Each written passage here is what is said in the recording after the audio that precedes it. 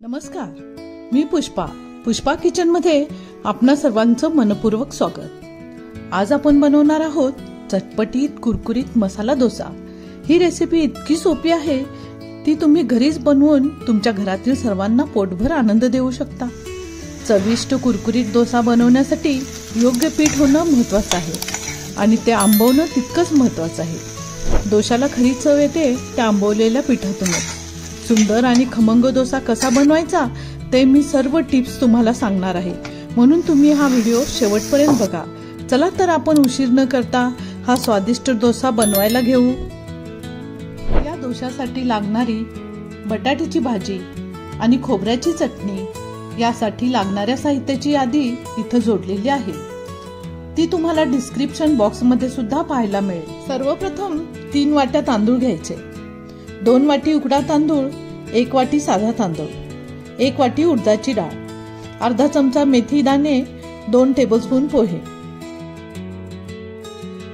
आता आपण एका बाउल मध्ये 3 वाटी तांदूळ, त्यानंतर मेथी व पोहे घालूया आणि दुसऱ्या बाउल मध्ये उडीद डाळ घालूया। उडीद डाळ आणि तांदूळ वेगवेगळे भिजवून घ्यायचे आहेत आणि हे 2-3 पाण्यानं स्वच्छ धुवून घ्यायचे आहे। सकाळी भिजत घातले होते ते आता रात्री वाटायला घेऊ।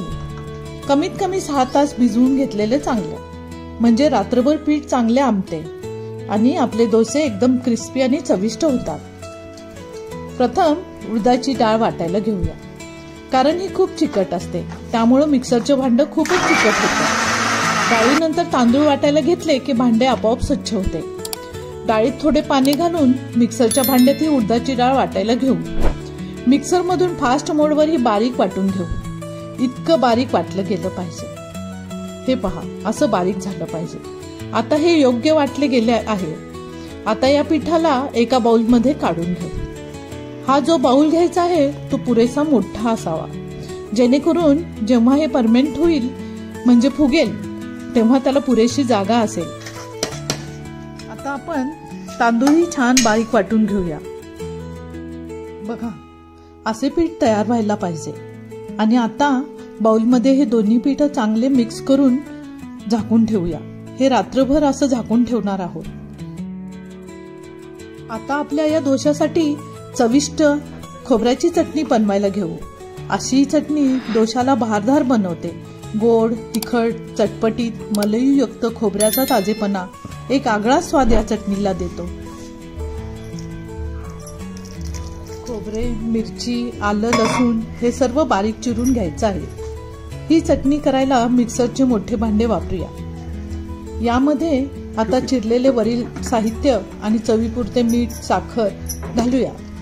तसेच 1 टीस्पून जिरे आणि थोडी कोथिंबीर यामध्ये घालून हे मिक्सर मधून बारीक करून घेऊ। थोडे पाणी घालू।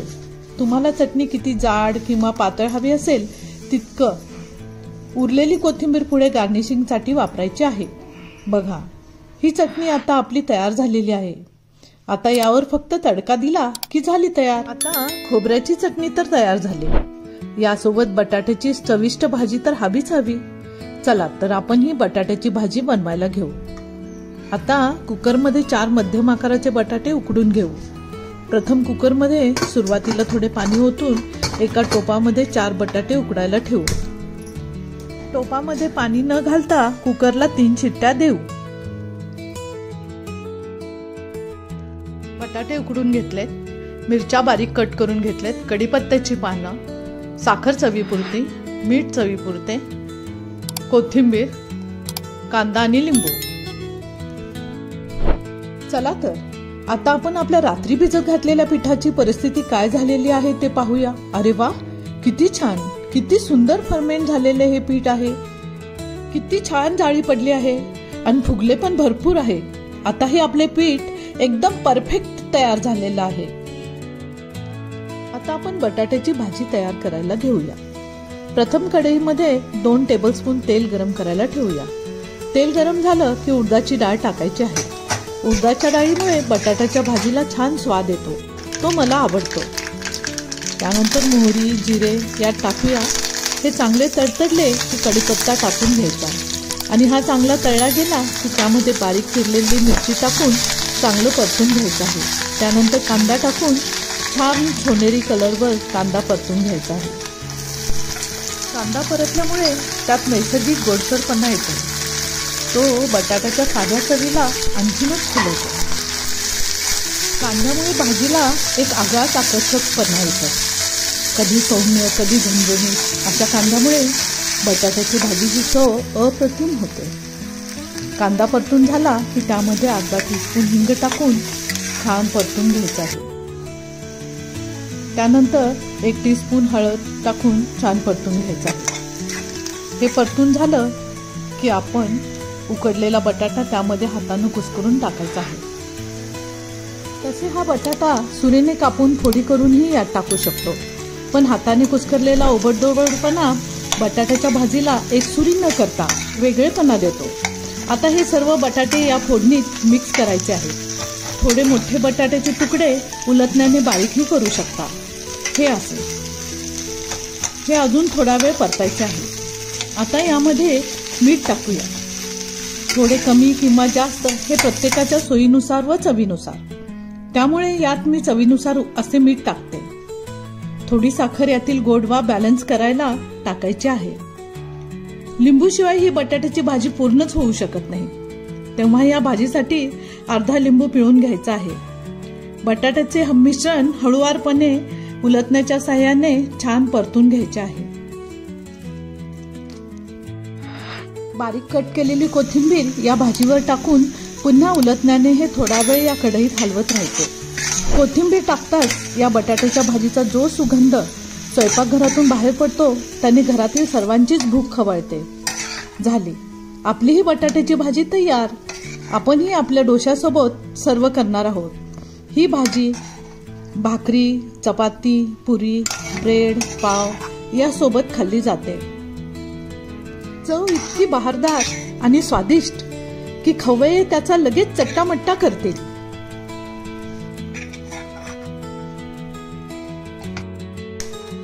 चला तर आता आपण डोसा तयार करायला घेऊ। डोसा पॅन म्हणजे कास्टिंगचा तवा। हा तवा गरम करायला ठेवायचा। तवा नेहमीचा वापरत असल्याने याला सिझनिंग करावं लागत नाही, पण जेव्हा हा नवा आणतो तेव्हा त्याला व्यवस्थित सिझनिंग करणे गरजेचे असते।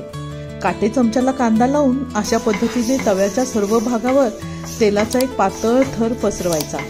अशा तऱ्हेने हा कास्टिंग तवा नॉनस्टिक सारखा काम करतो। या ट्रिकमुळे डोसा तव्याला चिटकत नाही, डोसा खरपूस आणि कुरकुरीत होतो।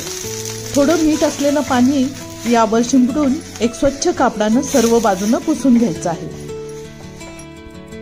आता एका पळीमध्ये हे डोशाचे पीठ घेऊन व्हिडिओमध्ये दाखवल्याप्रमाणे डोसा घालणे। डोशाचे पीठ हलक्या हाताने एकाच दिशेने गोलाकार पळीने तव्यामध्ये पसरवायचे आहे। बघा हा आपला डोसा किती व्यवस्थित आणि छान होत आहे। डोसा थोडा गोल्डन शेडकडे जाऊ लागताच त्यावर चमच्याने तेल टाकणे। तुम्ही यावर बटर किंवा तूपही टाकू शकता। इथे मी तेल टाकले आहे।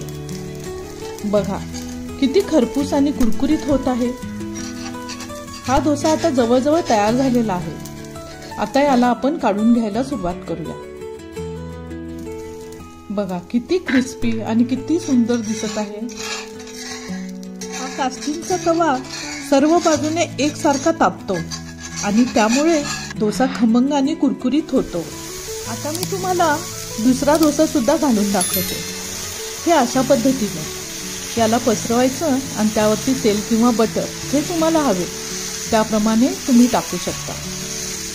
आपला डोसा किती छान आणि कुरकुरीत व खमंग झालेला आहे। त्याला आता आपण हळूवारपणानं आपल्या प्लेटमध्ये काढून घेऊ। अशा पद्धतीने पुढील सर्व डोसे बनवायला घेऊ। बघा आता या डोशाला हळूवारपणे काढून घेऊ आणि तो आपल्या प्लेटमध्ये खोबऱ्याची चटणी आणि बटाट्याच्या भाजी सोबत ठेवू। तो आपल्या प्लेटमध्ये किती छान व सुंदर दिसत आहे। बटाट्याची भाजी, खोबऱ्याची चटणी आणि हा डोसा परफेक्ट कॉम्बिनेशन। ही डोशाची रेसिपी तुम्ही नक्की ट्राय करा आणि आम्हाला कमेंट करून नक्की कळवा। अशी चविष्ट, स्वादिष्ट आणि सोप्या रेसिपीसाठी पुष्पाज किचनला लाईक, शेअर, सबस्क्राईब करा आणि कमेंट करायला विसरू नका.